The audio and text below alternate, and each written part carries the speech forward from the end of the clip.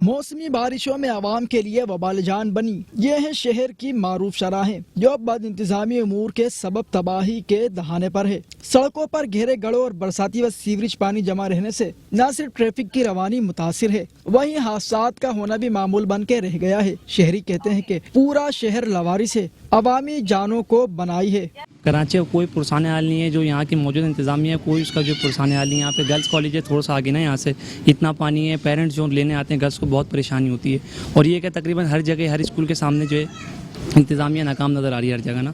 اور مسجد میں جو ہے بدبو بھی بہت زیادہ ہوتی ہے، لیکن کیا کریں، حالات ہی ایسے ہیں کہ یہاں نہ تو کوئی اس میں کچھ سنوائی دیتا ہے، نہ ہی مسجد کا کسی کو کوئی خیال ہے۔ بارشوں کی پیشن گوئی کے باوجود بھی انتظامات کا نہ ہونا اور سڑکوں سے نکاسیاب کی گمبھیر صورتحال وزیر بلدیات اور ایڈمنسٹریٹر کراچی و متعلقہ محکموں کی عدم کارکردگی پر تماچے کے مترادف ہے۔ کیمرہ مین سید تابش کے ساتھ احمد اسحاق، میٹرو نیوز کراچی۔